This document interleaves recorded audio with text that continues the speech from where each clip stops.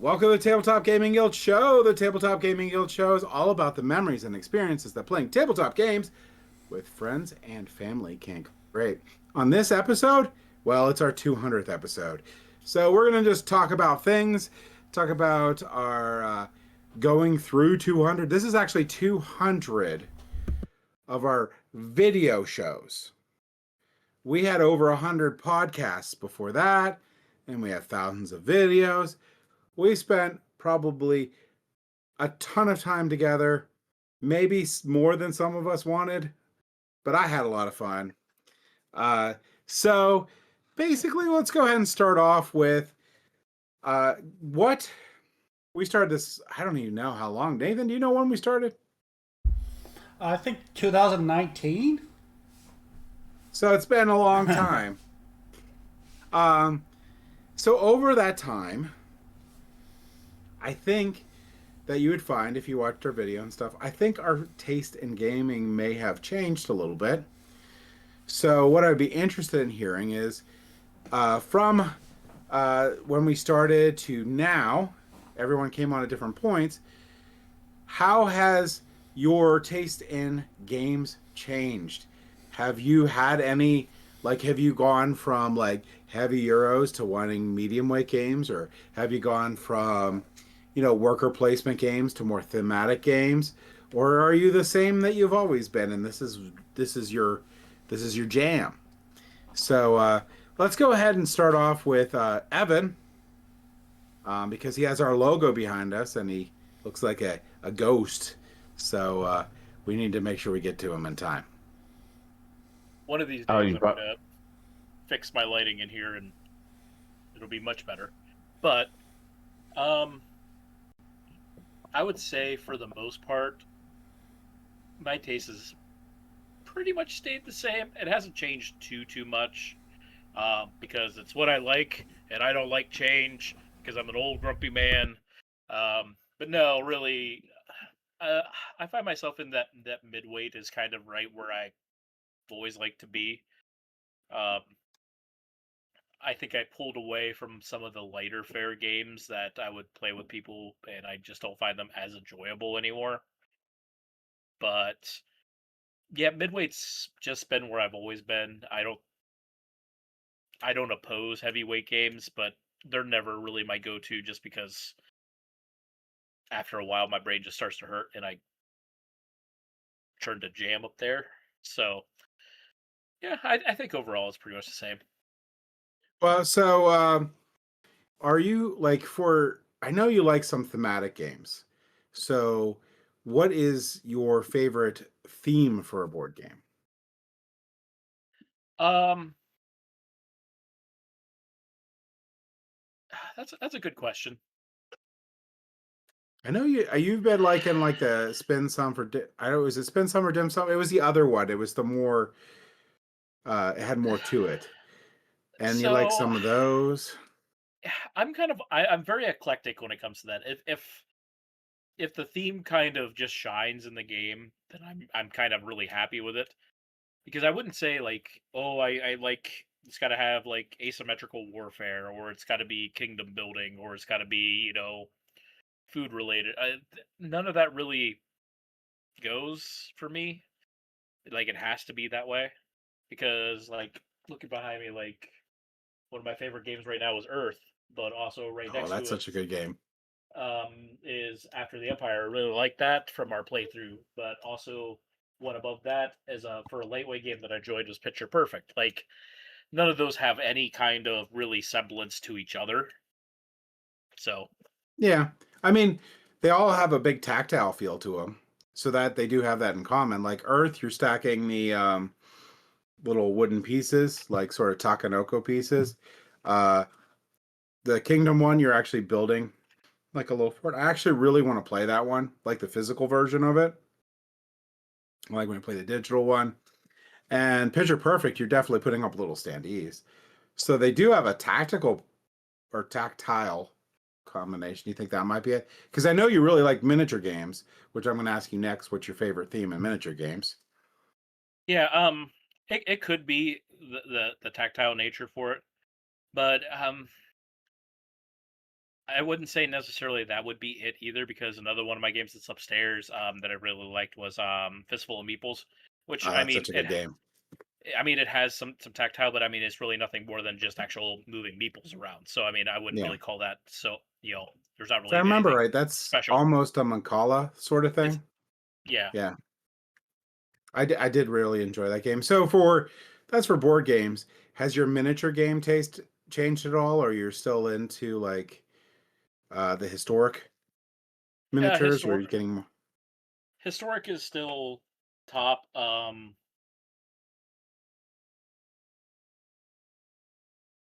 I've moved more into asymmetrical modern warfare a lot more, just because there's a lot of cool stuff that I can do or play with that. Um, like this last fall in, I played I think 3 or 4 games of Force on Force. I run multiple games of that at like our stuff. Um, I have a very large collection of that, but I also like some of the sci-fi stuff that I can run zombies and stuff like that through. Um, there's always the sci-fi nature of stuff too. I really have a I love that with love of Star Wars and stuff like that. I Yeah. just 3D printed a whole bunch of Star Wars Clone Wars ships for Library Game Day. I'll be doing stuff with that, and then a couple friends and I are going to be uh, running a game of Starship Troopers for convention. So that's going to be a fun one too. So like sci-fi is really cool just because you can kind of do whatever. There's something out there for it. But historical stuff is still a big thing. I've moved more into the historical. I've moved more into online Kriegspiel more than actual miniature style, just because I can actively play it more. So I think that's where I'm getting the fix for that, and I don't feel the need to play historical as much. So So, in the Kriegspiel, for people that don't know, is a more of like a text-based miniature game where you're going to give orders and stuff, and then you can get some map reveals and stuff as the game goes by. But it's more about giving those orders, and that fog of war is more real in that game. So you could do some really cool stuff, and they've applied that to tons of different themes. Like we played a Lord of the Rings one. They've done so much with that. yeah, I've run multiple different campaigns. I just actually finished up a Avatar: The Last Airbender That one looked cool. Kriegspiel. Um, I'm playing in I think 5 or 6 right now, so like there's no limit to what you can really do with it. So Yep. And then the final question is, have you an RPG that you found that you've liked? so I really haven't played too many RPGs over the last 5 or 6 years. I mean, I have my quasi semi group that meets up quasi semi regularly. And we've been playing like Pathfinder for a while, but I mean that's really about it.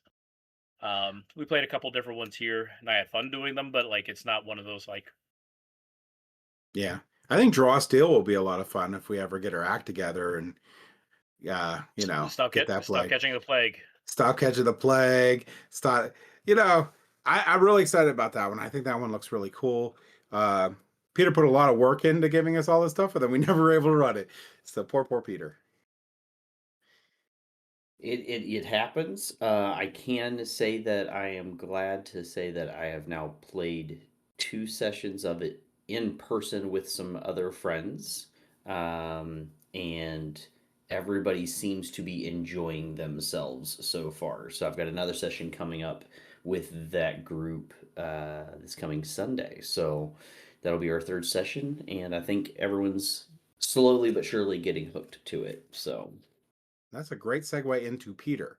So Peter, over the yes. years here, how is your taste in RPG games? Has it evolved, or you're still like in your classics, or how is your RPG game going? I mean, so RPGs so far for me, I enjoy playing various different themed RPGs. I've mostly played, obviously, from people who've watched the channel. I've mostly played D&D, specifically Fifth Edition, because that's what I started with. But we've branched out over the years with you guys. We've played Vesson. We've Hmm. played Alien the RPG. Yeah. We played Morkborg. Hmm. So we've played those three specifically, I think, here on the channel. I don't know that we've done any other ones on the channel. I don't think Those, so. I think those are the three that we've done. Morkborg was run by Nathan. And that was a lot of fun. So, and then I've played Cthulhu. Hmm. Call of, not Call of, is it Call of Cthulhu or? I think it actually changes, but I'm pretty sure it's Call of Cthulhu, Yeah. and then they have a couple different lines. There's a few other ones, but that's the one that I've played. I played a session of that. So I have taken to enjoying when I get the opportunity to play various RPGs. And right now, like I said, I'm running Draw Steel, and that's been a lot of fun. So they seem to still lean for me fantasy RPG. Um, and I can say that I probably lean that way into my favorite themes for board games as well. I enjoy a game that is, uh, if not fantasy, medieval. And a lot of fantasy RPGs are set in that kind of medieval adjacent time period. Um, just they throw in some magic. So, but with that, so I still love Blood Rage as probably one of my favorite board games, but my board gaming has changed a lot over the years as well. Um, so when I was younger, again, it was Stratego and Risk and Scrabble when my family made me. Um, and then as a older teen in college, I fell in love with Betrayal at House on the Hill. Yeah. So that was my first like really heavy thematic game. You get that B horror movie schlock, and it's fun and enjoyable. I That was like the first time I'd ever seen a game that it could literally change from one session Yeah. to another. It didn't feel like I was playing exactly the same game. The steps were the same, but then all of a sudden the story changed, and I thought that that was really cool and interesting. Um, and then I have just played so many different games over the years with you guys, so I feel like my tastes have evolved, and if nothing else, it's just grown. I like a lot of different types of games. Um, so yeah, Dune is still a really big, Dune enjoyable Imperium board or game the for me. Dune? So I both. I Okay. love both of those games for different reasons. But they both have. It's just interesting that they both have the same IP. But the games themselves are very different games. Yeah. I love worker placement. I still enjoy worker placement a lot. I think it's a good mechanic. I really enjoy the games lately that have come out and kind of built off of the place a meeple, pick up a meeple. The ease of that is just really enjoyable. And then right now, the game I've played the most in the last couple of months is Harmonies. Absolutely loving Harmonies. So again, I played Earth with Evan, and I feel like you get a little bit of Earth in Harmonies. It's a much scaled down, more simple game, but you're getting that tactile experience of building some pieces up, and you're getting to meet the goals for the cards. Um, so I really enjoy that one. It's a very easy one to teach. I played it with my sister and her two daughters last weekend. Taught it to them fairly easily, and we all had a fun time playing. So I would say that if nothing else, what I would say has changed for me is that I have grown in a to enjoy a spectrum of games. broader spectrum of games than what I used to. Um, I still don't love, though, as I think is obvious on the channel, I don't love heavy weight games. I definitely don't like them if they're lengthy. So if you're going to give me a complex game, I can deal with it if it doesn't overstay its welcome. I don't want to. I don't want an overly complex game that's going to take me 2+ hours to play. So I can do that on the rare occasion, and especially if we don't start at 7:30 at night. Yeah. So 2 in hours? person, yeah, in person games starting late are okay. I'd prefer earlier, but I think I find myself it's situational as to Yeah. what I'm willing to put up with, and I do want to. I just know this about myself. I got to learn the game ahead of time. I don't like learning the game right before the game is played because I haven't had enough time to wrap my head around it. Good at you, Evan. No, I'm kidding. Evan lives for it. Evan lives Yeah. for showing up and just playing a game. He picks them up pretty quick though, so He that's pretty always cool. Hey, he does. as I've said multiple times, if we're doing the teach, it shows how well we teach it if I can learn it in the 5 minutes that we're explaining it. Yeah, I live with that feeling of frustration as I know that I don't know the game that I'm trying to play and I don't enjoy it. Yeah, and then Nathan wins. And then Nathan always wins. My attention span is about this big, Yeah. so I got to do it right before. I gotcha. Something yeah. a little bit more than a goldfish. I would say that my love for games has only grown and has broadened, and I haven't played Betrayal in a long time. But I know that it would still be a game that I would enjoy because I think I find something that I love in most games. Yeah. So yeah. It's a long-winded answer. I just talked for a long time. No, you're good. The last question is, I know you haven't played a lot of them, but is there a miniature game that you like or a theme maybe of a miniature game you haven't played that you would love to play? You're correct. I haven't played many of them. If I were going to play one, it would have to be a light rule set. I did enjoy and Evan's gonna have to remember the name of it, the one that we played on the channel. It was Vikings. Oh, that was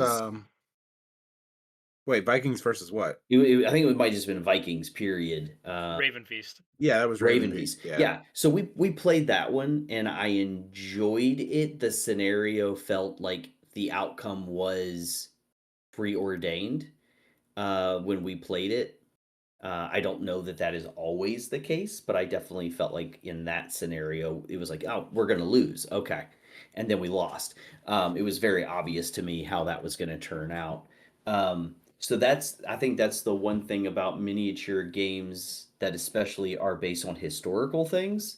I guess it's one reason why I haven't dipped my toes too much more into them, is because a lot of the time, you're like you see, okay, this is based on this battle that happened.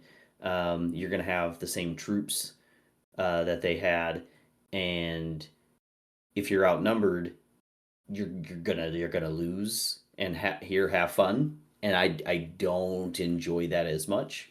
So that's probably one reason why I haven't played too many of the historical ones. I feel like I would lean towards wanting to play ones that are not based on a specific battle, so that I don't go into it with much knowledge of what should and or had happened. I also steer away from them still because I have enough money put into other games. I mean, it sounds like you would want to play a game that's set in the far distant future in a dark, dark time. Where hope is gone. Not even a little bit. I mean, between some of us, we have enough to like play everybody else. Yeah. It's not really the thing that draws me. So I continue to enjoy playing my RPGs and continue playing board games frequently. I mean, I literally just played a solo mode version of Harmonies because it takes maybe 25 minutes, 20 to 25 minutes to play through a solo version of that game. Um, and I loved it. I enjoyed it. It was a nice 30-minute time just to hang out and play a game by myself. So, Yep. All right. So now we'll go ahead and go to John here. Well, That's actually, interesting. Okay, that's no good. Get. yeah. Actually, I was going to kind of go with Peter there. So you don't want to do like say a historical one based on an individual combat. So there's I know you also don't like heavy games, but once you learn the system, you can then play any of them, and it kind of moves more towards the medium-ish, like coin games. I don't know if you're familiar with them. Well, that's not really a miniature game though. No, it's not a That's miniature a game, but GMT coin it is system, used on a which is map, though. really good. Yeah. Battle Line, or not Battle Line, Commands and Colors. These guys right here, same company. These have unbalanced historic events, but they're balanced outcomes. So you will lose in real life, but your goal isn't to win. Your goal is to do something. So both sides equally have a chance to win. His says he's talking about the coin system is a different system from GNT, which is equally awesome. Yeah. Yeah, there's usually like 4 factions, kind of like one. I've played like 3 different ones now based on like Revolution, Vietnam, where you're basically one person is playing as the US, another's playing as like the Viet Cong. So one's playing as the I'm trying to remember what all the sides were that you could play as.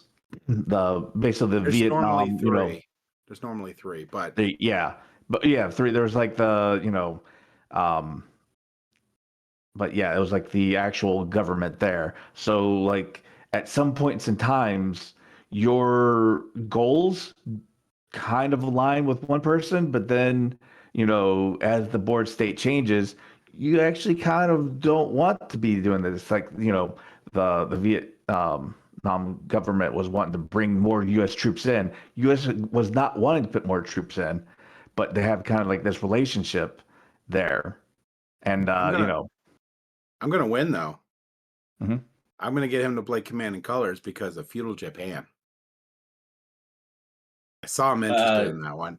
Yeah, I mean, I flipping stickered most of that with Nathan. You sound like a 2-hour sticker. You're like, I've never played this game. Like never that gonna was play so. it, but I stickered like, half of those blocks, if not more. So I mean, I could- gotta play it at some point, right? I could explain the rules for it, and there's just little charts I to was gonna say, offload I it will- in like 5 minutes. I know I played a game that I don't know that again. I don't think it's Command and It's Colors. Memoir 44 or Battle Lore. No, I played a game called Hammer of the Scots. Same. That it has the Command and Is- Color system in it. So I have played that, and I found that to be very interesting, and I enjoyed it. Again, getting to play something that I am somewhat familiar with through having seen the Braveheart movie and knowing a little bit about history around that time, that sucked me in a little bit more to wanting to play that. Feudal Japan would be the same idea. I've watched a lot of samurai movies and read about that era, and so I would find that to be interesting probably as well. Plus, I played so many hours of Total War, like the original Total War computer game that was set in feudal Japan as well. And so I cannot tell you how many hours I played that as a teen slash early college student on my computer at home. So yeah, so again, I have an interest in that time period, and so that would cause me to want to play the game, which is again, it leans into my love of thematic games, and is it a theme or a time period that I enjoy? And so I don't want to play Space Marines. Oh, no, it's not a choice. They don't ask you to enlist you. They just enlist you. It's not a choice. It's Yeah. hey, you're in this location. I tie you to a chair. that's how it works. I have to keep your arms free though. Now, if there was a game that was Space Cowboys, I mean, I could pretend. We could pretend there's. we could pretend they're Space Cowboys. You know what would be really cool? So you want to play Firefly? I think Firefly, I love the miniature Firefly, game would yes. be the Firefly. The board game's amazing, but Firefly, the miniature game would be awesome. Also, my brain is blanking. It's actually The Expanse. I would love to play The Expanse as a miniature game. But I talked enough already. I want to kick it back to John. Yeah, I guess. Yeah, I mean, but he's right. The coin system, highly recommend. It's ingenious. Okay. Yep. Yeah, my buddy, he made like a very nice cheat sheet for it that made it incredibly easy to pick up, like day of. Yeah, and I don't think it's heavy. It's not light. It's not light. It's not light. It's like medium-ish, a little bit. Yeah, as long as you don't play the faction that has two different types of units, which I somehow did every time I played, because I'm just like, I'll play this faction, and it's like, all right, well, you got multiple types of units. You have the most complex one. Yeah, Root's still harder. I still don't understand Root. Well, just don't play the birds. I can't always play the cats. The cats are the easiest. I'm like, meh. The birds are my favorite. Birds are nuts. Yeah, I know. I just out of spite, I kill the birds. Like I have no reason to do it. Just kill them. Just to kill their stupid little chain and their stupid little trees and their stupid birdiness. Because every other time I lose to them, and I don't even know what they were doing. They're programming. Yeah, they're dead though, so I killed them. So you can't program when you're dead. So cats forever. It's like O'Doyle rules, only a cat. All right, continue on, John. Yeah, actually, where were we? We were talking about segueing, so miniature games. But you went into coin. I want to know how John's gaming has changed. Exactly. Oh, how mine's changed. Well, I don't know if it's really changed too much. I was gonna say, of the five of us on here right now, you were the one who most recently joined. Mm-hmm. So yeah, so in the time that you have been with us, do you feel like it's changed at all? Have you played games that you would not have on your own played because you were with us? That you did. There has to be a playthrough we did where you're like, I don't want to play this, but we're doing it. I don't. Innovation. That's only because I've played Innovation before. I don't think Innovation's a bad game. It's just a weird game, and it's hard to get do well at it. But I'm horrible at it. I liked it enough that I'm getting the deluxe version from my other brother, and I will continue to lose horribly at it. Yeah. Well, I mean, anyway, on my tastes, yeah. I mean, I still play everything. Like, I probably still have lean towards heavier games. You know, I mean, I'm still all on board. We need to go and get set up a Twilight Imperium day. You know. Well, you still didn't tell them about your addiction that you started back up. Something that's even more expensive than Warhammer. Yeah, but you know, we don't have to really like talk about how much it costs. You know, it's so bad, but I mean, it's like it's a thing. Yeah, I mean, the thing is, I mean, it's something I started when I was in high school. So you know, my collection goes all the way back to, you know, Ice Age, Fallen Empire stuff. Yeah, you know, that's that back Avatar when I started. Set almost got me in there. Almost sucked the Avatar set's really good. It's so nice. I like the earth bending and the bending mechanism is really cool. Yeah, we're talking about Magic the Gathering. Yeah, we're talking. Yes, yeah. You know what? Here's the thing: is you know what? I also really like the TMNT set. Like I didn't like the Teenage Mutant Ninja Turtles when I was a kid. Yeah, but here's the reason why I really like how it plays is because it has, you know, sneak, which is basically ninjutsu, you know, from Kamigawa. So it's basically just Kamigawa again. So you know that's part of the reason why I really enjoy it because it makes the combat, especially you know, feel like you're making decisions. Like, all right, are they swinging in? You know, because they have a combat trick, or do they want me to not block so they can then drop something else in, you know, kind of thing. So, you know, it makes a lot of the combat feel a lot more, you know, a lot more weight to all the decisions.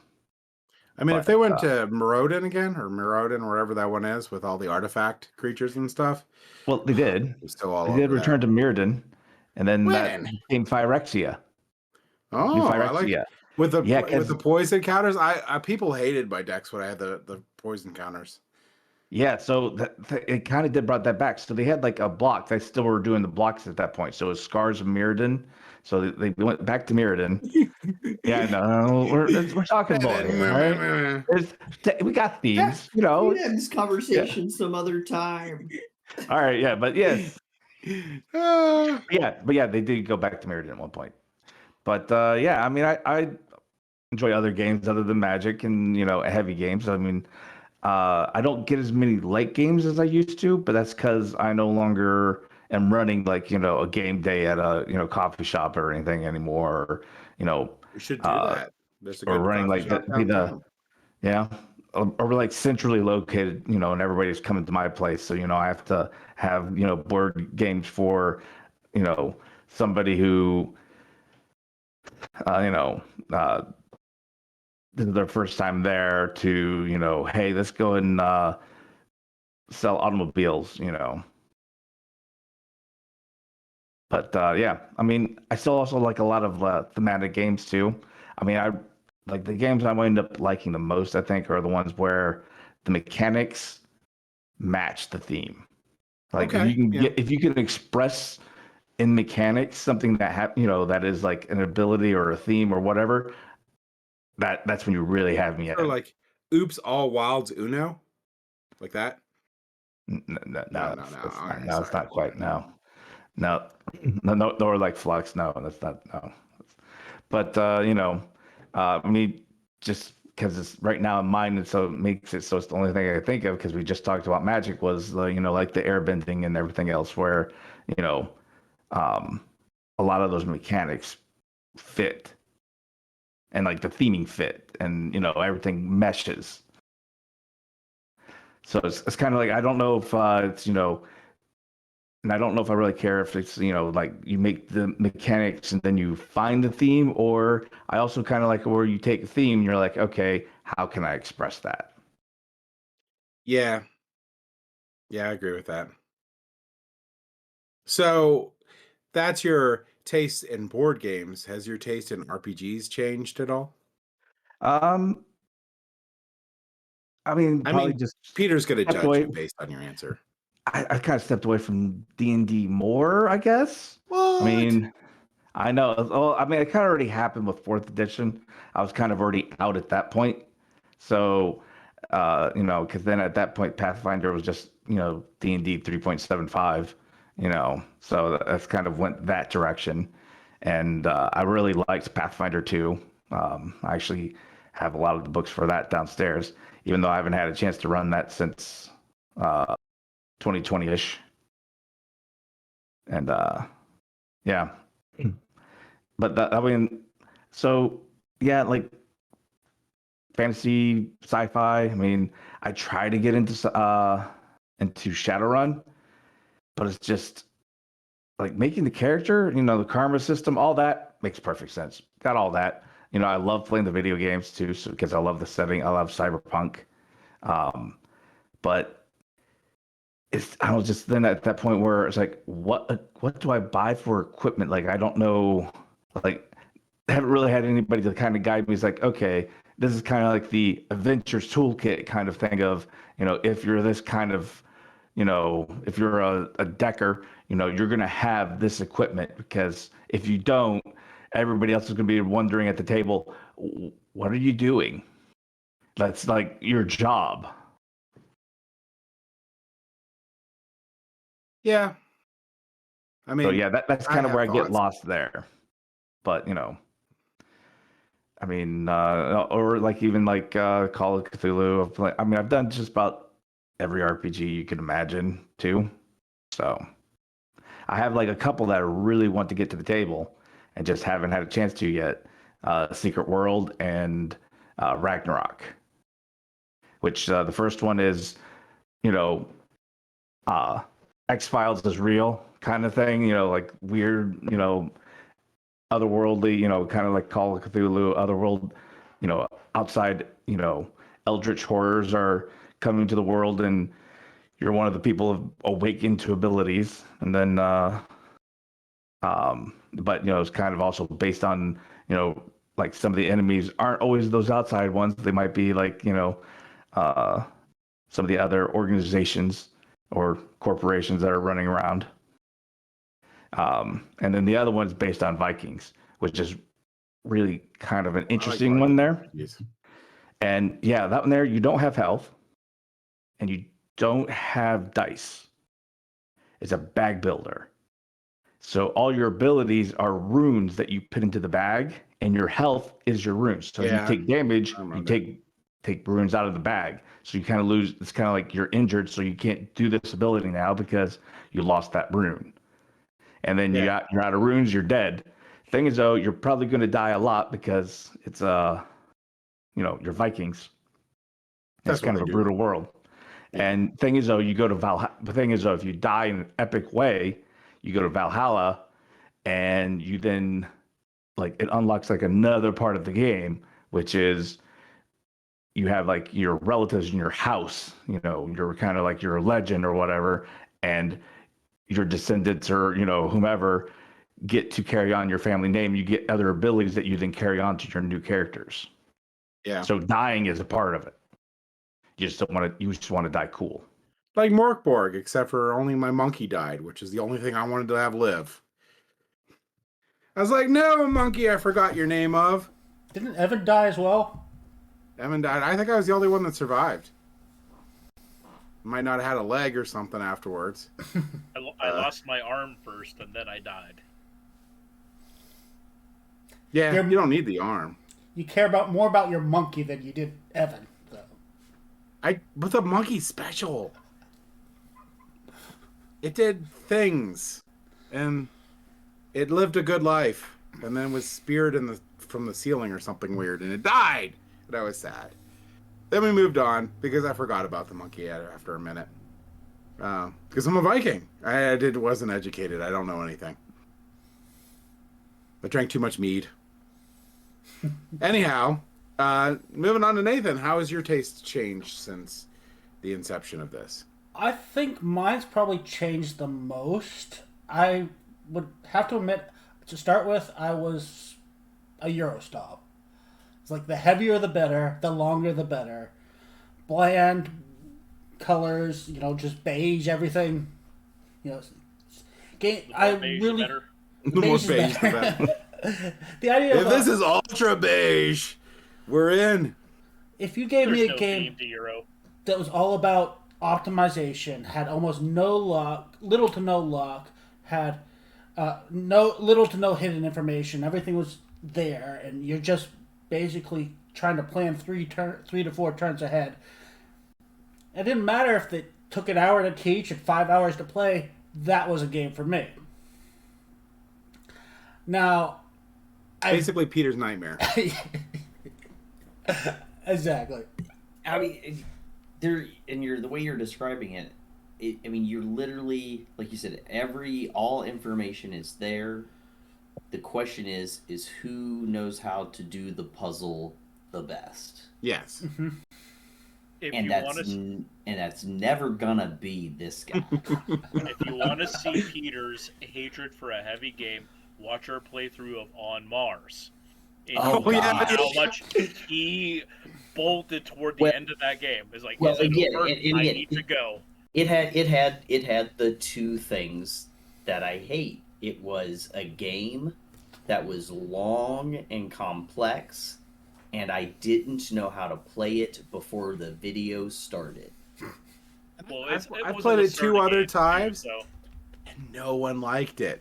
So I ended up like, I can't get anyone to play it. Play it? I gotta step away for a second. I'll be right back. All right.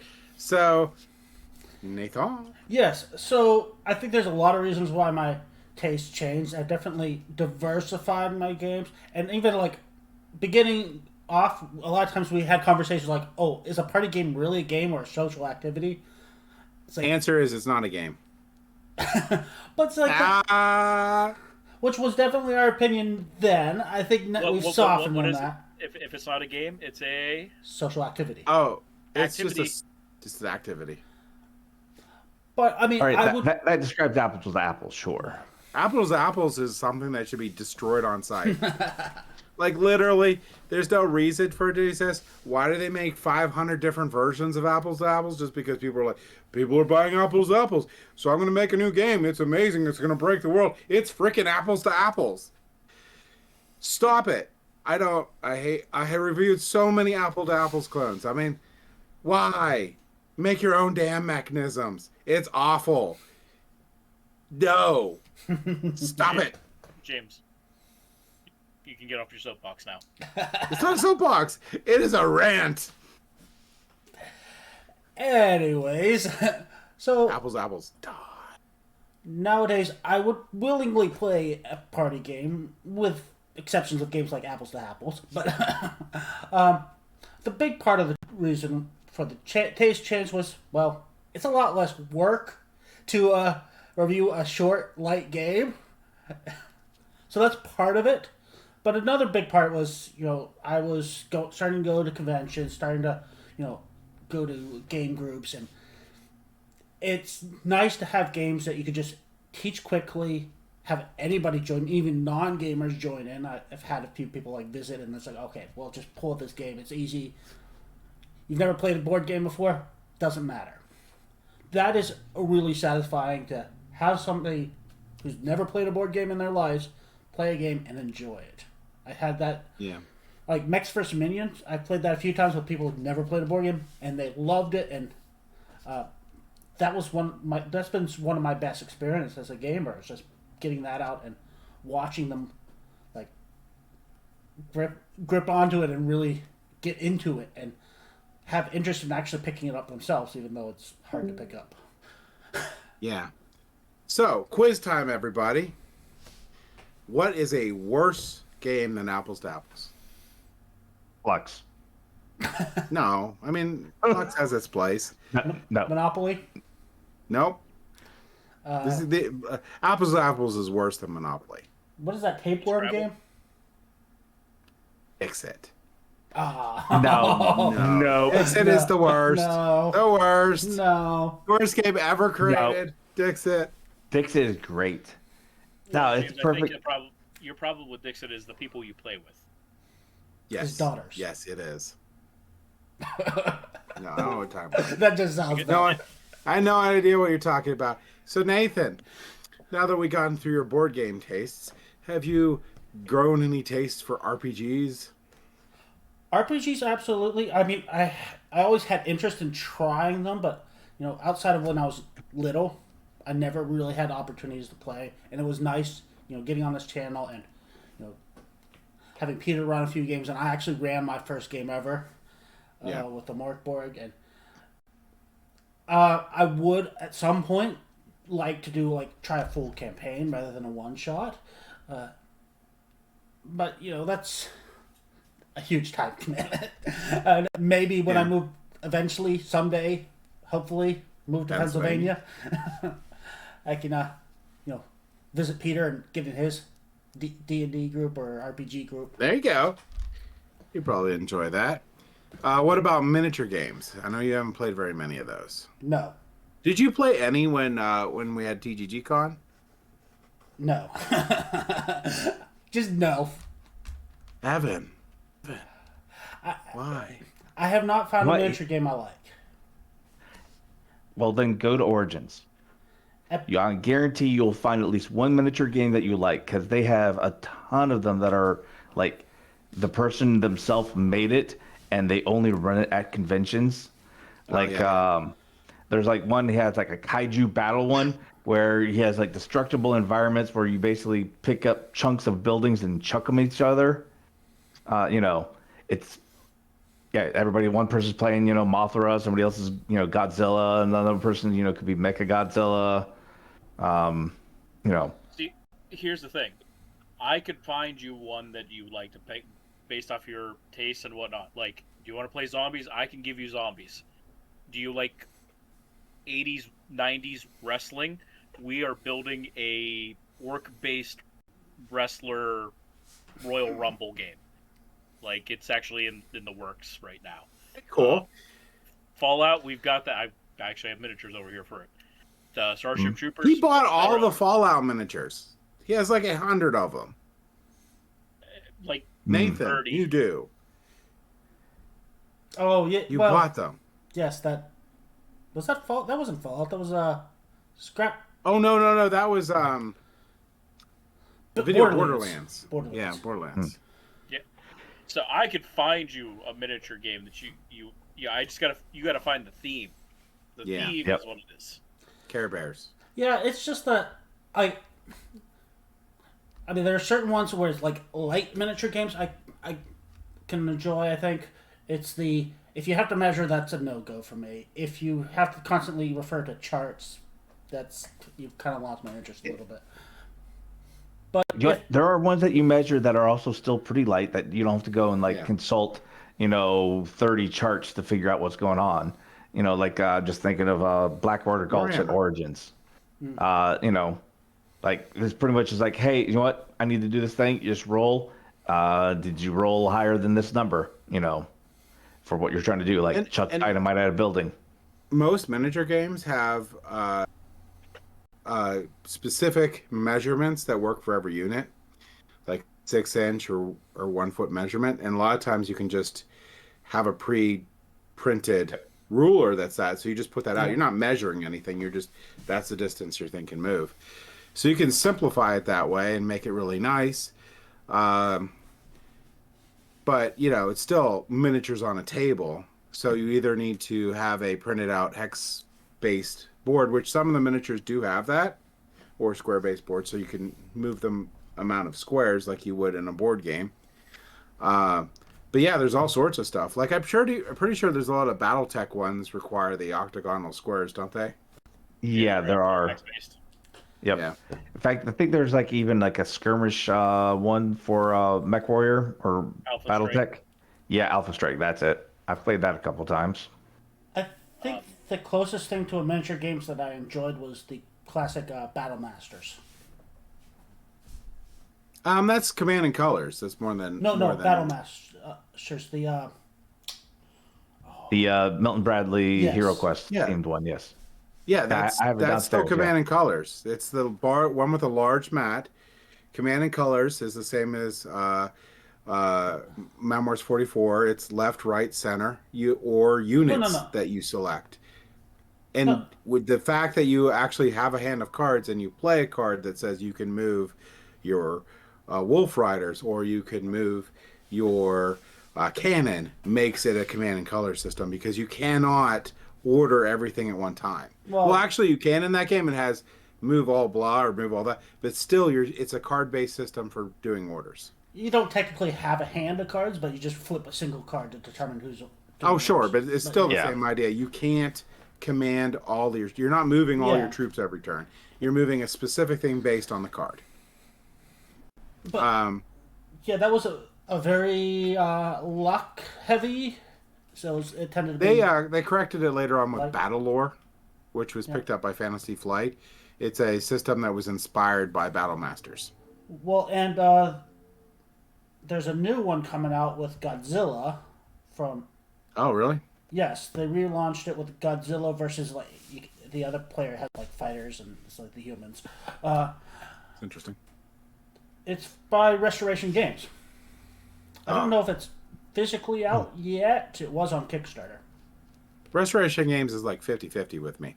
Oh, I've loved They either update it really well or it fails. A good example of one that was Thunder Road was good, but their Fireball Island was not.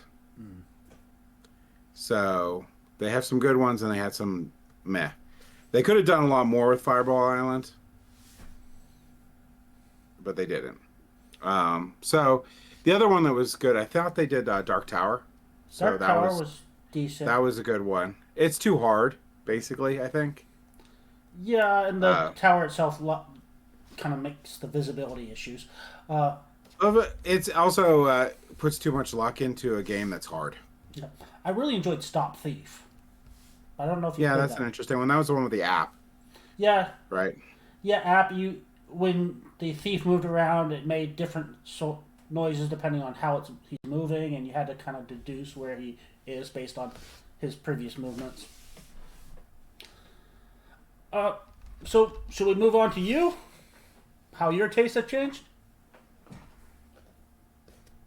You muted. Or nope.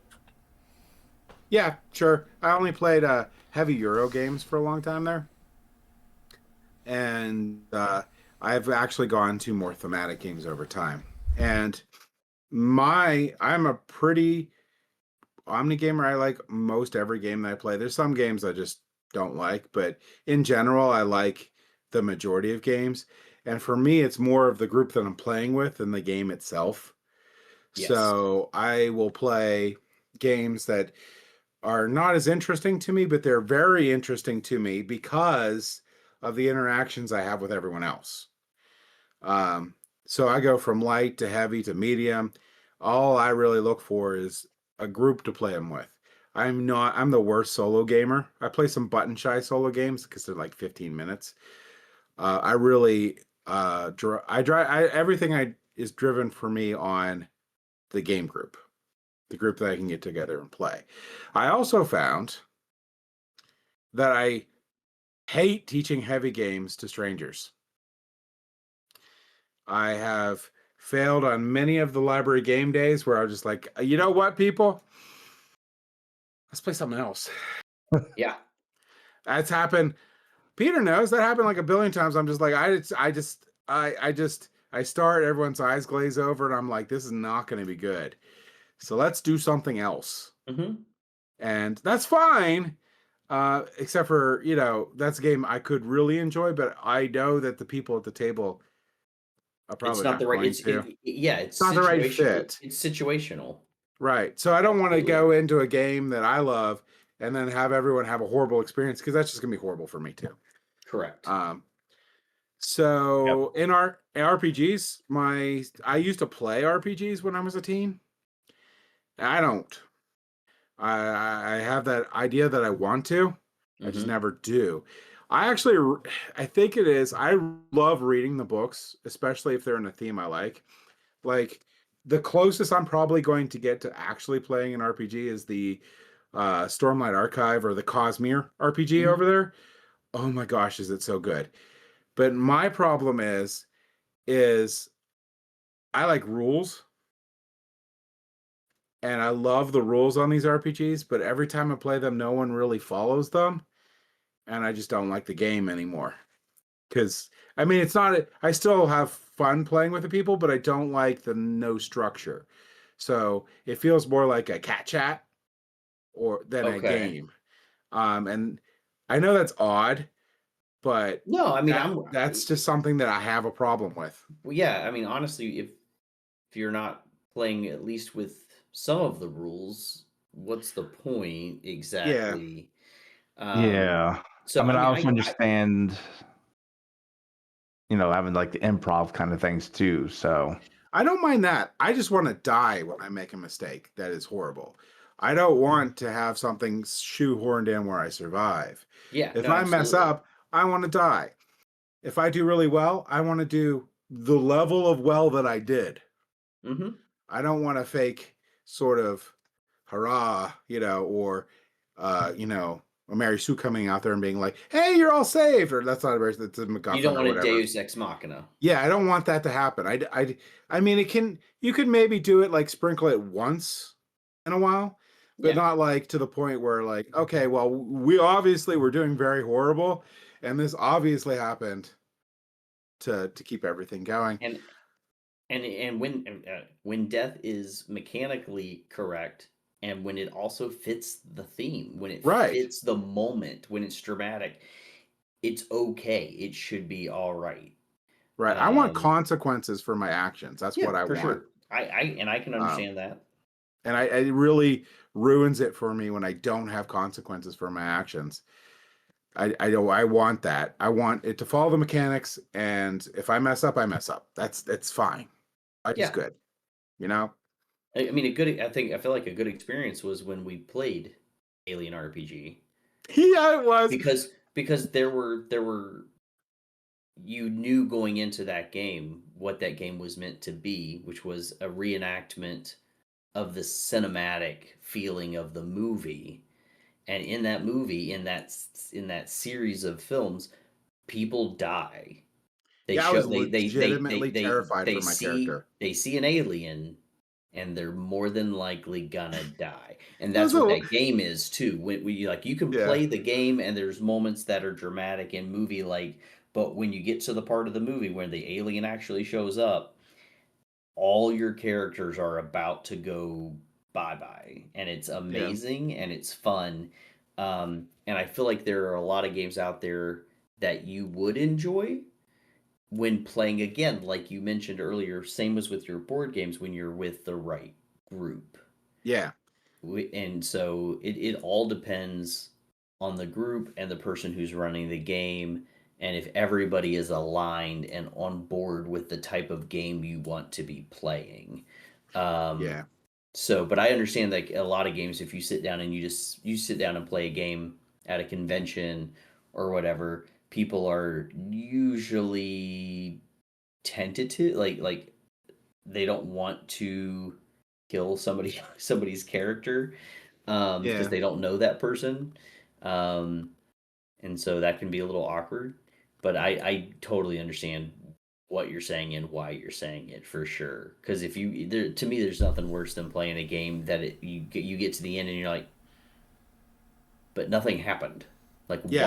We were gonna get here why no did I matter just what I do did. that? Yeah, Yeah, why did I play if you were just gonna if this is what was gonna happen no matter what, then there was no point in playing. yeah. And like I said, the alien system's amazing. I really like that. I was actually legitimately terrified for my character. Yeah. So, and I think that's what I like that. I love that was one of my favorite RPGs I played Mm-hmm. to the And we date. played Vesson we was played good two too. sessions and it was great. So Vesson's more of a mystery than anything yeah, else. it's meant to be a Um, mystery, and the mystery is okay. yeah, I think the second edition has solved a bit for it, but I haven't played it with the second edition because one of the biggest problems is you're supposed to be this society that knows about Vesson, Right. except for we don't know about Vesson. In the Yep. second one, they actually give you a printed out handbook that you could flip through that tells you about Vesson. That's interesting. So, Okay. as a player, you have the society handbook and you can go through and try to figure out what the heck is happening. I think that sounds really fun to me. Yeah. If you're somebody who gets into lore and you're somebody who enjoyed the TV show Supernatural, Hmm. and you want to dive into that kind of, especially during that whole portion of that show where they were the men of letters, um, I think Vesson would definitely be up your alley. Yeah. And then I was going to leave it with this part here is my favorite miniature game is still Force on Force. I really enjoy playing that with Evan. I think that system is really, really good. Regardless of how much money I invested in Warhammer, I literally have so much Warhammer, it's stupid. But I think it's more like I like putting it together and like the idea of painting it. I just don't ever have time to paint it. I really like working on the miniatures. But I feel that because one page rules exists, my investment in Warhammer will always pay off for me because I have other systems I can use it with. Well, Even if James, I, yeah, Jacob is trying to convince me to convert Warhammer to Force on Force rules. So I think that would be a wonderful idea because there's some thematic issues with Warhammer's rules in general, uh, which it's like a streamlined competitive miniature game. So with that, you lose a lot of like the flavor and theme of the game. And then one page rules is just a very simplistic way of playing the game, which runs into more of the problem of not being able to bring in the theme. But with Force on Force, I think you could really look at like you were looking at the different Armageddon wars. I mean, you could really make something really cool with that. And there's nothing saying you have to buy Games Workshop minis. Zero things. You can 3D print them. You could take little army men from the Dollar Tree. Well, they're not sponsoring us, by the way. And play with those. Yeah. So there's nothing stopping you or saying you have to buy these biddies. 3D printers save tons of money. I think it'd be great because I would love a thematic. Because one of the things that really gets me with Warhammer is the It takes lore. so long. It doesn't have to. There's all different versions, but we won't get into that. I just like the lore. So I like a good story. And it has a good story. It has a lot of really good stories. It has like 1 billion books. But the lore and the story that you get with it is amazing. Like it's very rich and deep. But you won't see that from playing 40K because you'll see a little bit of it, but because it's competitive, you have to neuter a lot of that out. But yeah, Force on Force is still my favorite miniature game. And there's a lot more that I want to try. Like Evan gave me the books for Frosthaven, I think it is. And I want to try that. It looks really cool to play as a wizard. I think if we had a group that played it with the spirit of the game, it'd be a lot of fun. And Yeah, it is a good game. Peter would enjoy that because I mean you're building a war band with a wizard and you're delving into this ancient city to gather treasure and magical items in it. yeah, and the rules Um, are really short it's for really first not it's not respectively. hard. The downside is the first edition was solved, so there's an optimum way to build a war band and win. Yeah. But we don't need to do But that. You're talking about actually like the big box Frosthaven, like of Gloomhaven. no, No, no, no, Oh, no. This is a Frostgrave, not Frosthaven. oh, okay. And this is a miniature game, which I think is miniature agnostic. You can play with any miniatures you want. it is And miniature it's just agnostic. it has a rule set, and then you could have little campaign thingies that you can get with it, but it's very light and it's more thematic than anything else. Um, there's also another game that just came out that I was really interested in that has to do with really mythology, especially it has to do with Norse mythology and English mythology, like all mixed together. That game, you're playing as different mythological characters and trying to collect magic or something. I forget what that one's called, but it's a newer one. That would be cool. But yeah, gaming is awesome. We had 200 episodes of this. We're gonna have so many more amazing experiences with playing board games. It's really great that we're all sort of expanding into different things, uh, learning new things. Some of it we like, some we don't. It's the experiences that matter in life, and this is what it's giving us. Uh, Yeah, I mean, if we look at everything that we've done, I mean, we've had 100 podcast-based episodes, 200 of these, thousands upon thousands of unboxings and reviews and whatever else videos that we've done. What are we at this point? This coming library game day is what 2026? it's on a little thingy too, even. Yeah, 26, 27, something like that. Yeah, Library game days. Um, uh, how many cons and subcons have we been at and helped at? We just did our own convention for the first time. Um, so which was my looking, favorite type. It was just games. Yeah. so you look at from our humble beginnings of a podcast slash James trying to get a company just to send him a game. That was my His first goal. his Just first goal. Now my he can't life get was them to made if I stop. could get a publisher to send me a game, and I just get games. They never stop anymore. I go to James's house and he's like, "Here, take this. I don't want it." Um, Now he's to the point where I'm good. I'm like, no, you're not good. Take these. no, he slides things into the stuff that I'm picking up sometimes. Um, if you look how far we've come, how much we have changed just in the channel itself. Um, like when I came on in 21, I think 20 or 21, we had I want to say like 400 or 500 subscribers on YouTube. If that. We're at where are we? I We're don't at know. 3,428. Yeah, so by the end of the year, I'm guessing we'll be at 4.5. We get 1,500 views a day. Yeah, Hmm. like we have expanded. We have merch. Like we're wearing like many different types of shirts. Just in what we have here, our Discord has grown so much.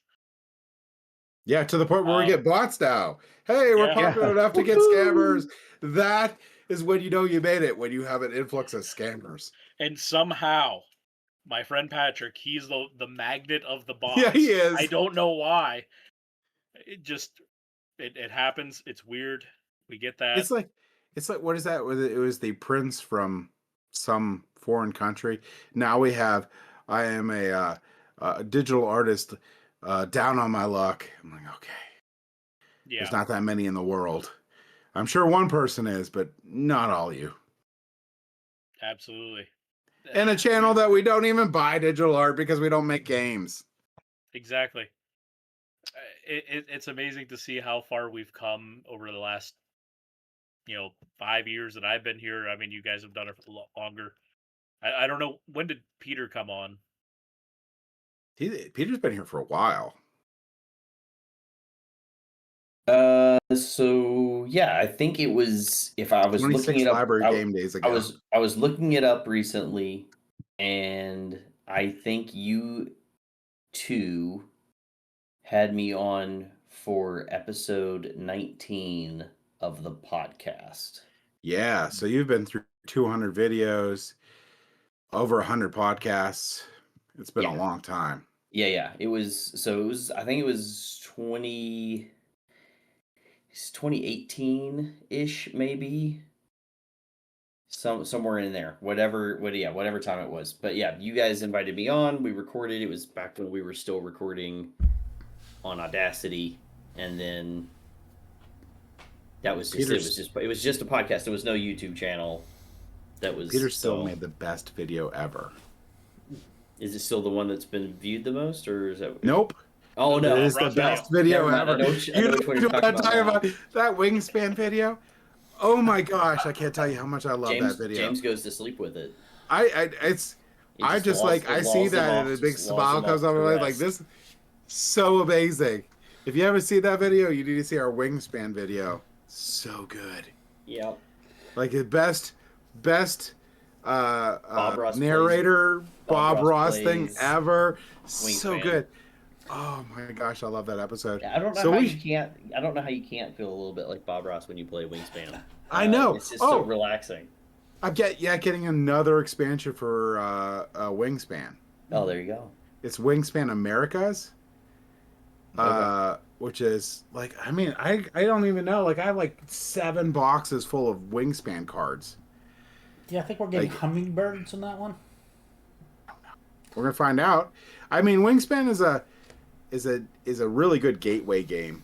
So I do enjoy teaching people that don't Sure. play games Wingspan, because a lot of people like birds, and even if they don't like birds, they're like, "Wow, I suddenly decided I like birds for some reason." I don't know what's wrong with Wingspan. Like it's like some sort of thing that when they play, they're like, "I now like birds." I appreciate that there's a lot of games.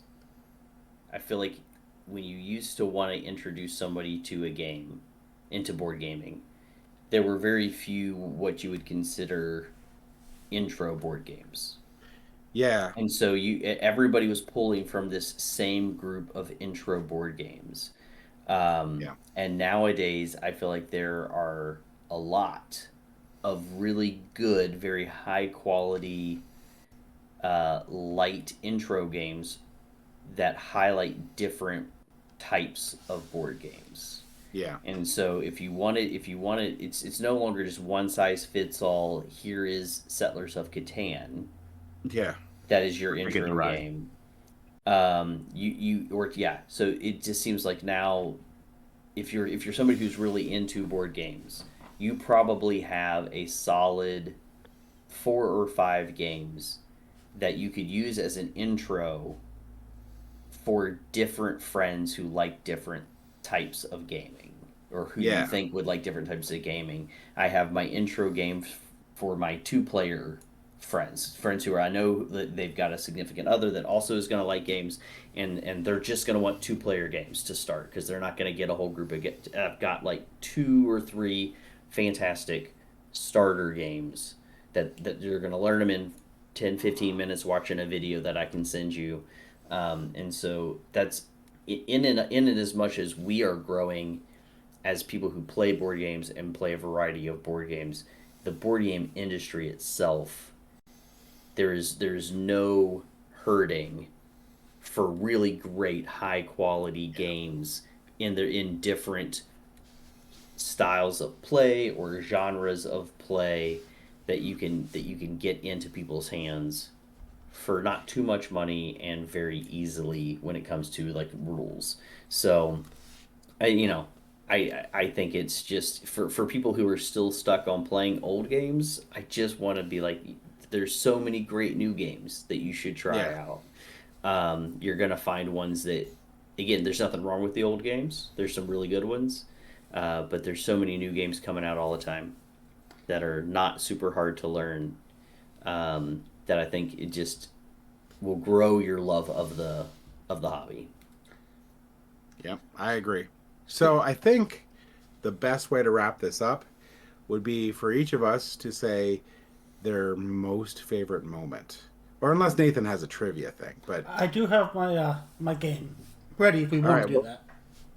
Let's finish with the trivia. I think. Yes, let's finish with the trivia. Okay. I'm not saying we can't do the other part. Let's go get our favorite moment. Definitely finish the trivia if we let's have a favorite do, moment. Evan's favorite moment. Was it when you finally beat Nathan and Nathan cried, and then we all got cups and got his tears and drank it? No, because that hasn't happened enough. You're supposed to lie. Oh, by the way, this episode's brought to you by the flu season, so you're welcome. Yeah, seriously. So probably my favorite moment that I've experienced in what we've done was when we got to play. Oh shoot! What was the name of the game? I'm gonna guess Station Fall. No. That was a pretty good playthrough. No, the legally distinct aliens game. Nemesis. Yes. Oh, and I wasn't there for that one. Okay. So that was my favorite, and it wasn't even because of what happened to me. It was so at that time. It was before I had like my setup and all this here.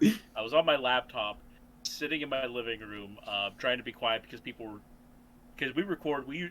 If people don't know, like it's on a Thursday night. We start somewhere around 7:30, 8 o'clock, and we go until we're done. Well, I'm sitting in my living room trying to be quiet. It's because people were trying to sleep in my house, and this game at this point is gone on to about 10:30 or so. If you haven't played Nemesis, it's legally distinct aliens.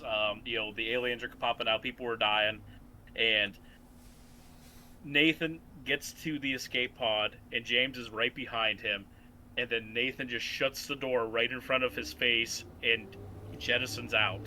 And it was just that great moment. But the best part about that, and it was just absolutely hilarious, and I was also kind of upset because I was so tired, because we were rolling into like 11:30 at this point, and I had to go to work still the next day. And James refused to quit on the game. He played like multiple turns after that. Yep. And I was like, I'm just gonna walk away from the monsters for like 30 minutes straight, making tons of noise. It was fantastic. It was a great moment. One that I will not forget. My character had a tantrum, and they was just like stomping everywhere. It was like. Side note, great game. Absolutely fantastic game. It's a fantastic game. So, Nathan, do you have your favorite moment? Well, I was thinking about talking about that one, but there was the inverse of that where you got your revenge in our Alien RPG. It's like you did almost the exact reverse situation. You got out, you trapped everybody, and I think everybody else died but you. Yeah, I was like, oh wait, I'm an android. I don't need oxygen. We're all good here. Somewhere in space, your android is still clung, frozen to the outside of that Outside ship, of the thing, he's like riding it like a waiting. missile. waiting for someone to find it and thaw it out. That was hilarious. Good All moments. right, John. Yeah, for me, it's kind of more of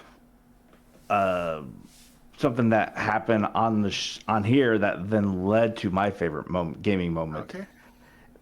So it's when we played Obsession. So I mean, that's a tour. It's a twofer because there is the statistical improbability of what Nathan got, and he's like, I don't understand what's going on with everybody else. And thing is, though, you know what? I really enjoyed that game, and so when I went to PAX East, I introduced a couple of friends that I just met who were, like good friends of my partner, and I introduced it to them like I was a board game sommelier, if you will, and they took to it. Like they bought all the expansions after I introduced it to them. They got everything. So like for me, like watching Nathan struggle, that was hilarious and a great moment. But then what that led to, is like one of my favorite things is like I got somebody like their game. Yeah, Now, that is cool. I will say that was my number two. I went back and forth. Was watching Nathan like implode in Obsession, but That also was- turned around into the next day obsessively posting about it over and over again about the math, and like I played it again and this didn't happen, and how could this have happened, and this doesn't make sense, and how could this have happened to me? It's just So what I'm hearing is all your best moments have to do with me. yes. Gently, but yeah. So, Peter, what was your favorite moment? So it's a bit hard for me now because I also was leaning towards talking about the Alien, the RPG. Honestly, that's probably still one of my favorite moments because it was not just because of how it ended, which was hilarious and fantastic, but coming into this channel, coming into the podcast as the resident current RPG player, where the two of you were still very heavy Euro games a lot of the time, to finally get a chance on the channel to introduce everybody playing to a brand new RPG for them. First time for them ever playing it, first time for me ever running it. It was outside of my original comfort zone of Dungeons and Dragons, a completely different system. But getting the opportunity to run that for you guys was a blast. Like I rewatched all of the Alien movies, getting myself like in That's the cool. mindset Yeah. of that world, and then just poring over the notes and getting ready to like give you guys secrets, because the way that game works is everybody gets their own agendas for the different acts of the session. So you're gonna have like a movie, you're gonna have act 1, act 2, act 3, and everybody gets their own agendas and they're working towards their own setups, and then getting to unleash the aliens Yeah. on you guys. It was one of the more fun role-playing games that I'd ever played, and getting to do that with you guys on the channel was just a lot of fun.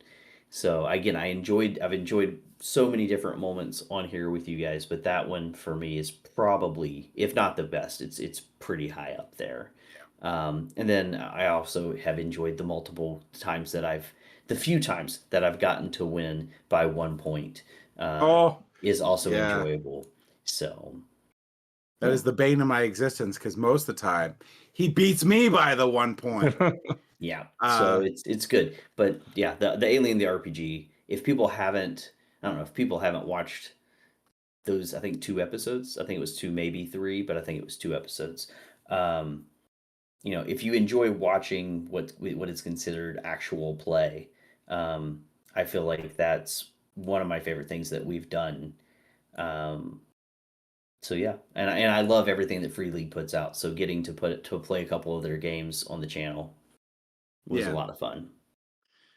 So for me, a lot of my favorite moments there's a lot of stand-up games where I like and I have lots of fun stuff on there. Normally, because Nathan wins all the time, it's like one of those games where I got to stick it to him in a hilarious manner. I always love. But one of my favorite moments was actually when we were playing, which wasn't recorded, unfortunately, but Merchants of the Dark Road, where I had this really good chain going along where I was selling all these. I think I was using gold to sell all these potions, and I had so many points.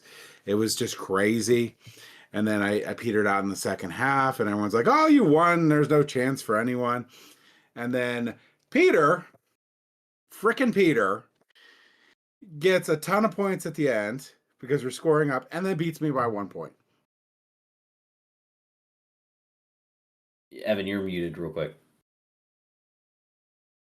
Yeah, Merchants Cove. We played that at Merchants my house. Cove. Merchants Oh Cove. yeah, Merchants Cove. Yeah. Merchants Cove. We played it in person, and Yeah. I did not see that end coming. But man, That was hilarious. I was just pulling in the points yeah. like crazy all of a sudden. And Yep. then later on, we were playing one of my favorite games, but it's a hard sell for a lot of people, which is the Last Kingdom game. I really enjoy that one. It is like diplomacy corrected, basically, where you don't hate everyone in the end except for Peter. Except for me. Because they're playing the game. I'm like, okay, Peter, all you got to do is this. And he's like, nope. He switched sides, and I'm like, I lost so many points. Like, freaking Peter. Peter.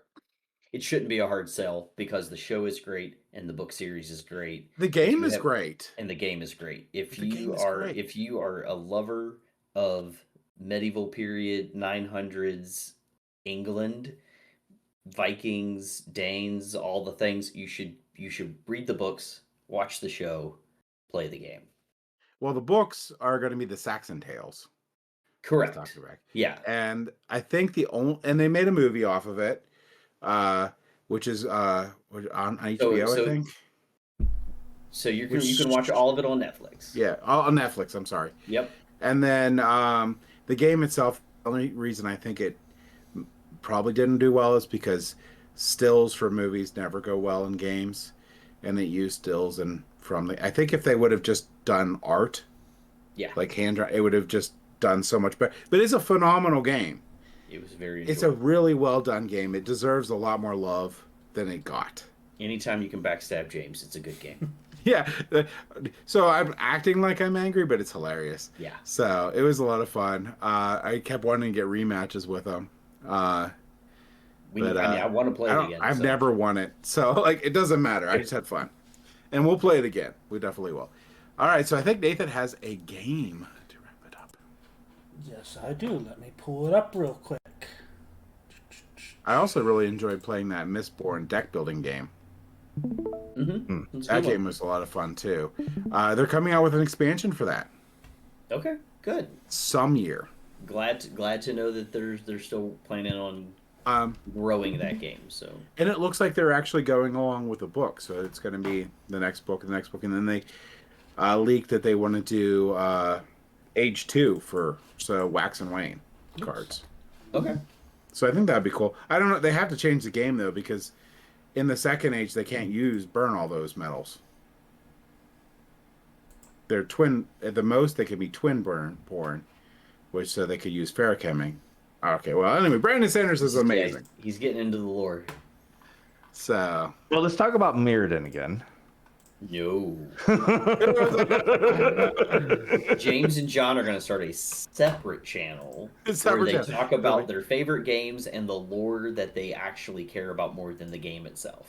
Yes, that is true. I think Hasbro's ruined Magic lore because they're getting away from the lore that they build up over a long period of time into I don't know what the heck they're doing anymore. Everyone's Avatar. There's Teenage Mutant Ninja Turtle running around. Everything Hasbro is now in it. They're making money, James. But I also I just like integrity too. And Hasbro doesn't have any. I mean, No. they still have some of their own in-universe stuff. You're like just Edge of Eternity's addicted. is That's why good. you're saying this. You're just No, like, give me more magic cards. no, I'm selling out my cards. I'm like, you know what? I don't need this. John, stop defending the company that sends Pinkertons to people's houses. Oh, no, I'm not defending them. No, I'm just saying I'm more He just defending likes the the people game. who work there. The people who he work likes there the and do the game. creative stuff, they're still there. Are they? They are. Like Some of them, at Rosewater's least. still there. Are they there in the sense that Nathan's still there, but he's really an AI bot? That is true. Nathan is AI. Or I can't comment. Well, no, I don't think Rosewater is because I mean he did go into somebody else's, the Tolarian Academy, YouTube channel and did like a sit down and play with them. So he's still real. Is he? Is Tolarian Academy real? I mean, I think so. Is Yeah. there really a professor of magic that is a right. real community professor? So I don't know. Nathan that's has true. shared something now that says watch stream. Yes. Can you Yes. see Watch. I I can. I'm gonna click watch stream. Oh, we had to click it? Yes. Yep. Oh, there's so many things we got to do, Nathan. it? So I don't know. It zoomed in a little bit, but that's all right. No, that's good. Says rules. Identity crisis. Sounds about what right for me. So this is a pretty simple game of identify the game. So Yes. what All right. the way it's set up, I have 3 images for each game. One's going to be extreme close up, one will be slightly further out that hopefully you should be able to identify that one if you can't do the first one. The last one, if you can't identify, I'm going to be very sad and disappointed in all of you. And Okay. James knows all of these because he's played them all. Okay. I'm ready to I be would disappointed. hope he has chosen We games will- that most of us have We played. will Yes. see. I'm not sure that that's true. The rules are By the way, Yeah. just real quick, we used to do a game at the end of Yes. every show, so this is sort of like the callback to it. But go ahead, It's a Nathan. big callback. Yeah. So the rules are, I will call on.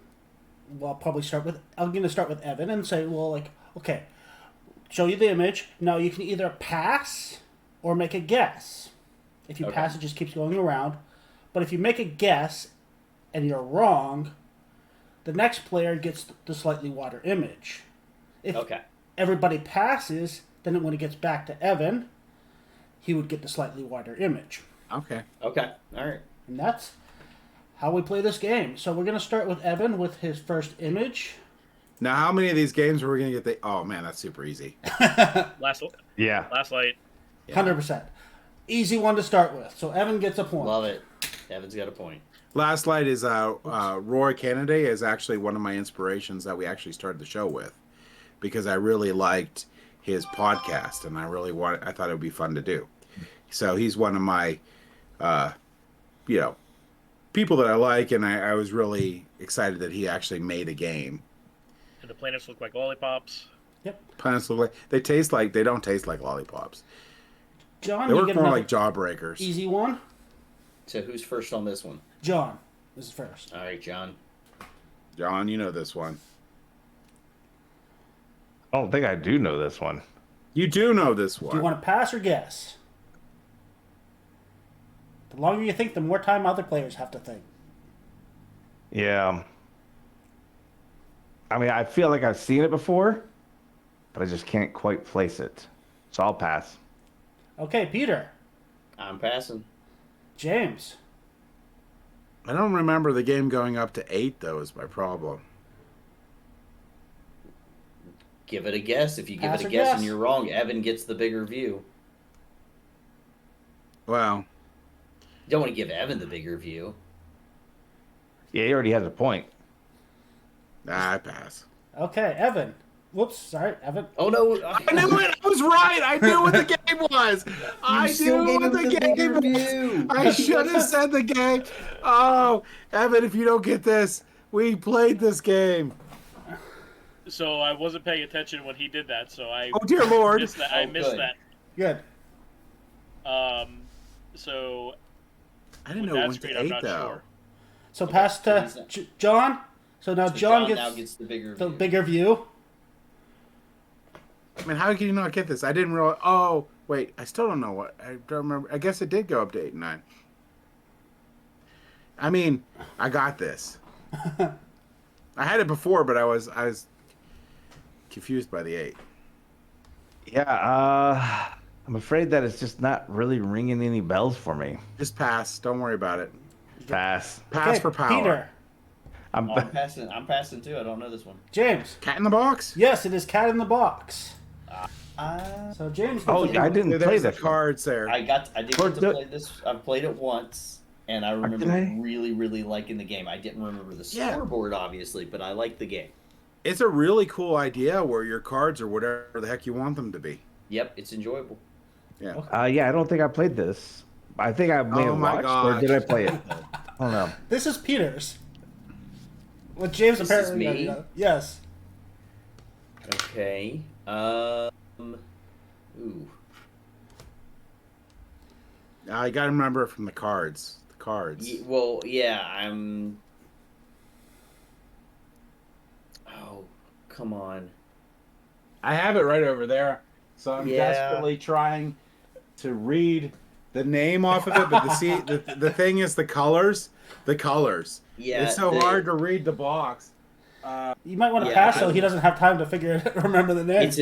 I know, crud. You know Come what on. it is. I know I do. It's actually from one of my favorite companies. They did a really good job. Oh my gosh, I'm so upset right I feel like now. I know what this is too, but I just can't think of it. You've played it. Are we gonna I'm pass? pretty sure I played this one. This one I know I've played. Oh, why can I not think of the game's title?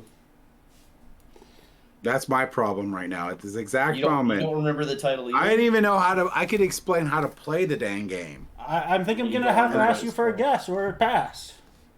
I know. I'm so You bad know right the now. game. I know I do. I'm gonna have to pass though because I can't think Okay. of the title. James, pass or guess? I can't think of the title. All right. Ah, Okay, you get a pass. You just make a stab at it. Evan. By Ivy Games, the game Yes, that Ivy Nathan Games. stabbed me in the back with. yes, Yep. he did. Yep. He did. He did. What's the title? Moonrakers. There Yeah. it is. There it Oh is. my gosh, there it is. God, And I then- could not think so of it. This I game knew it was has a space one. Yeah. Yep, me too.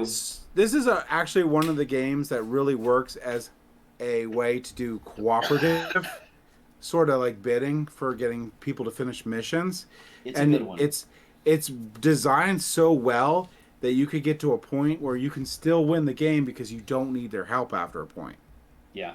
So And you it have has to- a really good build up. Oh, So mad I you have couldn't to remember watch the this name. game so much because if you don't do early to build your deck, you're so screwed later because nobody will help you to win. Correct. Yeah. So you got to build up your deck. The iconography and colors are really great for this game. They did. They hit it out of the Production quality is park. out of this world. Yeah. Really, really great game. Yep. Highly recommend it. Evan's got Moonrakers. 2 Dang points. it. Dag nabbit. I knew the game. I'm just like my brain can't. The You game and me is like both. right there. I was And- surprised. I'll I never was surprised. forget this game, I was Nathan. surprised I recognized it just from Yeah. the little bit, but I could not think of the name. All right, Okay, James. James. Oh, come on. This might. Oh, I was hoping this This would is throw. easy. Easy mode. ice These cream are parlors. easy still. This is cakewalk. I've played this game. Yup. You've played all these games. Yes, you. I know I played all these games. I can't think of the names. I have to pass. Evan. How's it be No, again? it's on him. Yeah, It's John. It should. No, No, it's Evan. no, It's Evan. It was just Yeah, Evan. then it's me. No, that's because that was last round. We passed me and Peter Yep. Pat. Yeah. Okay. Oh, okay. okay. Come on, just go and pass. Give it to me. This is my point. Yeah, you want to pass? What the heck? I don't think you got I it. don't know this game. I don't think I played it. You might not have played this one, but I have it on my shelf downstairs. We can play it later. Go, John. Passing. All right, Evan? it's Arc Nova. Yes, it is. Yes, it is Argnova. My gosh. The ice cream Oh, cone yeah. was meant to throw you. Yeah. Okay, so Oh don't no, feel like too bad. I could like I already like Yeah, I don't feel too recognize bad. it I've from. not played this one. Okay, I played it once and I did not like my playthrough. Okay. I was like Peter But- at the end of Well, on Mars. Yeah. Is this over yet? do you like terraforming Mars? I Who, used me? to. I think You I played used to? I think I played Terraforming Mars once. and it So was, this isn't actually terraforming Mars, but they actually equate it to it because there's a lot of like sort of nods to it. Sure. But it's a really interesting like zoo building game. Yeah. With a lot of like card synergy in it and a lot of things that you have to do with your tableau for building your zoo. Part of the problems was in the original base game, everybody pretty much gets a negative score except for one person, Yeah. and they win like 8 points. But they since have changed the scoring to give everyone positive points. Well, that and also, you know what? They also have a few other mechanics in there that kind of help clear out the card tableau as well. They kind of Yeah, help because that could cycle get things. stuck to bad stuff in there. Yeah. So are we? I think I can spend 3 hours playing something else. We're we're on back to the Evan. top Which, of the order. Yeah, we're back to Evan starting. which one's is maybe too easy? I don't know why I'm horrible today.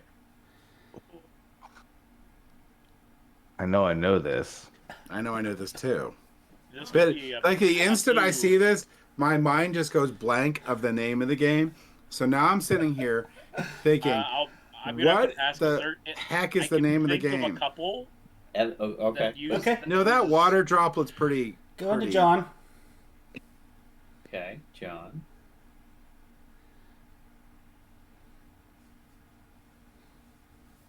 I mean, that water droplet looks very much like a game we just recently mentioned.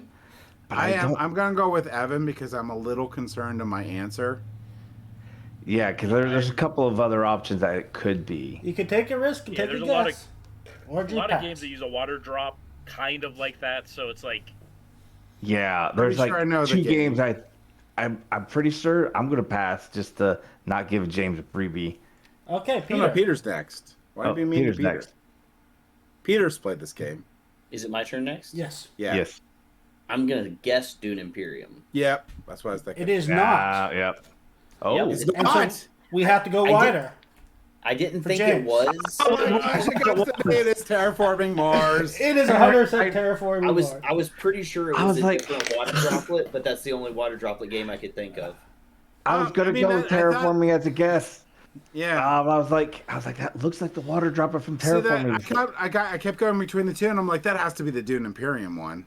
But no, it's terraforming Mars. Okay. Yep. Awesome. So now we're on to John's. What are the So what's the everybody points- has a what's the points point. rate? No, I don't have a point yet. Oh, the points right It's now. one. Evan has 2, John has 1, Peter is 0, James has 2. James, I has- know not which two. game this Yes. is. James, I thought James like. I only have one. Evan has 2. You got terraforming Mars and that's it. You did get Yeah, another that's one. it. I should have 1 point. I know what this game is. no, you definitely Right. got 2. Yeah, you got 2. Yeah, there was another game you got. Oh, okay. I got 2 points, everybody. Evan and I do not remember a second one, so I know what game it is. Oh, I can no, I tell you the did. theme. I can tell you how to play this game. I know the name of the game right now. It's not to me yet. whose turn is it? It's John. Nathan. Okay. I just can't remember the name. I mean, I have it. Where the heck do I have it? Where is it? Is it like Hive or Hive Ship? No, that's no. I Not don't know. it.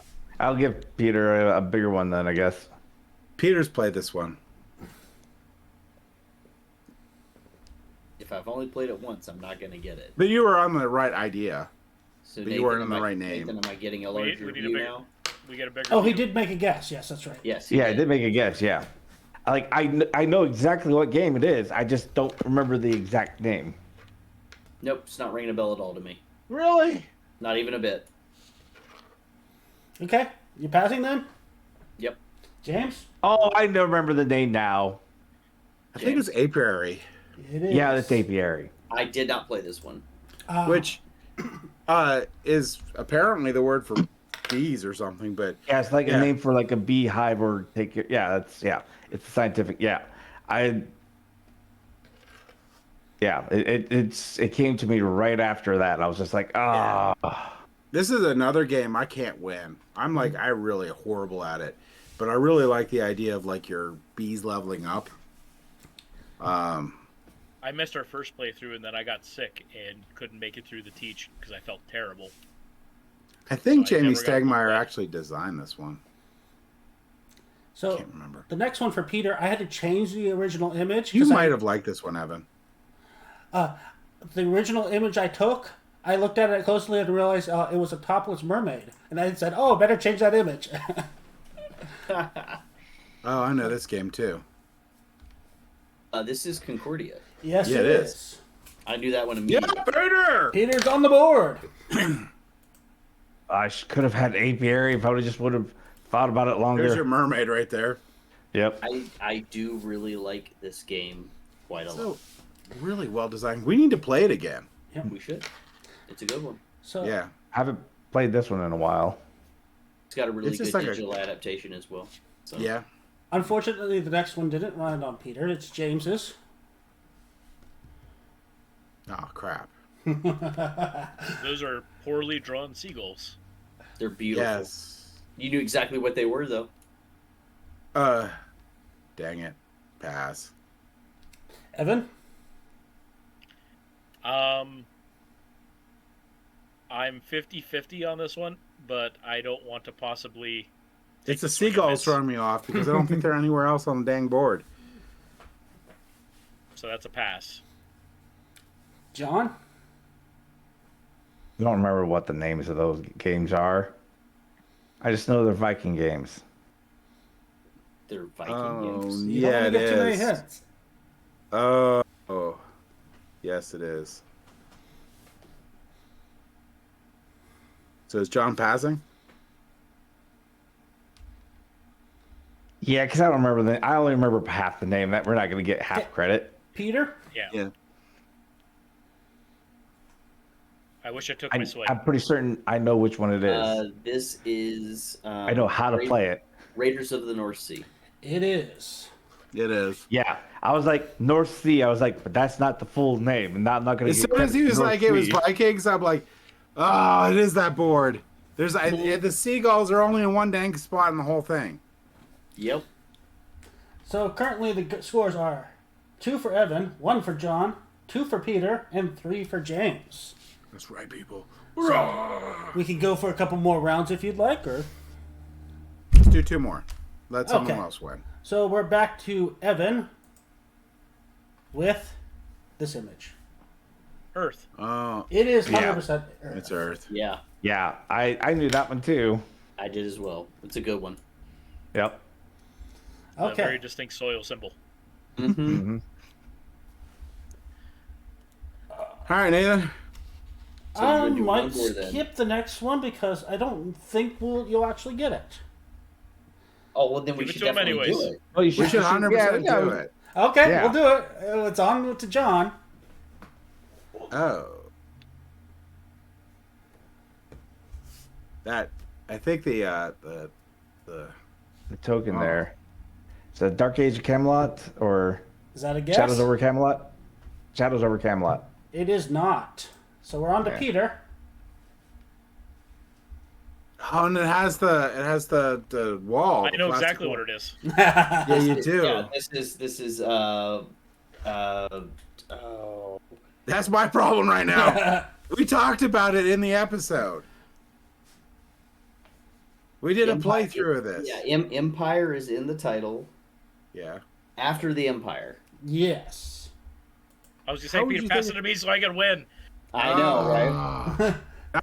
Now, Evan and I are tied. Yeah, No, Evan has I'm 3, tied. John has 1, Peter has 3, and James has 3. So We're John all is three behind. tied here. All right, got one last one, and then Well, we're on Peter to start. John's going to get this one. okay. So Peter. Oh no, I don't know this one. Those coins are cool though. Oh, I do know this one. Oh, I do know this one. Who's doing this one? Peter? Peter. Me right now. Yeah. I don't think I've played this one. Oh no, you have. I have. Yes. I'm pretty sure you have. Hmm. I don't think I have. Yeah, but you're too far behind. There's one person in this group that hasn't played it. I can't remember which one. He's probably John. I don't know that he has. Yeah, exactly. I'm gonna pass, and which stinks, but I don't So recognize. who does this it go point. to? It goes to James. Shiver Me Timbers. It is Shiver Me Timbers. Oh, yeah, I've not played that. I only played it once, and I didn't get to finish that game. I had to leave. We were playing it at the con. It's an interesting game. It's an interesting game, and I was enjoying myself thoroughly with it. We own 3 copies in this group. We keep yeah. And I've- Nathan's has the metal coin, so we have to actually steal it from him. I've Yep, slowly mine is acquired nice. You will not steal. Okay, now we move. Nathan, thank you for taking the time to put this together for the. Yeah, this was pretty fun. It's You're always welcome. it's fun having the little end of the episode game. So Yeah, and this is, like I said, our 200th episode. Maybe we'll do this again when we hit our 300th and not in flu season. So yeah, let's try not to do that. let's try not to do that. Finish the round with James, and we're moving on to cover art. We're gonna cover art. Yeah. Oh, that's Concordia. Oh, who is it? It is you. It's you. Concordia. It's Concordia. again. Yes, it is Concordia. Worst Start art doing a new ever. cover. Should we wrap up there? Or? Yeah, That's we're good. Yeah, we're good. I won. That's all that matters. Yes, James did. Yay win. me. He pulled ahead at the end. But yeah, so hopefully we could have another 100 episodes in here, and then we'll have another awesome day where we talk about our stuff, and maybe we'll get Dan back on here. He was sick because, again, this episode is brought to you by the flu season. Flu season 2026. Thank you. 2026. But yeah, I hope you guys like what we do. If you do like it, subscribe. It really helps us out a lot. We are striving to get more and more content out to y'all and have all sorts of fun stuff. We are quickly working on being able to do live playthroughs, which has been a goal of mine forever. Because if you've seen our playthroughs, I suck at anything digital. So this will be amazing, where you could see me fail at picking up physical components too. So it'll be great. I was gonna say, if you happen to find yourself in the Butler area in April, we will be having our next library game day. I believe it's the 25th of April. Yep. Okay. And we have a library. We do a little swap there. So if you have some games you want to get rid of to get some cool games, you have that. We have they sell. We have hot dogs there. There's a game raffle, all benefiting the library. It's a great day. And if you're watching this well past that time, we do a quarterly. Just pay attention to our Discord. You can get all the updates there, our Facebook, all that. That's the best place to keep up to date on any of our events that we have going on. Absolutely. Well, you guys all have a great night or evening or afternoon or wherever you're at, but have a great day. And thank you for watching.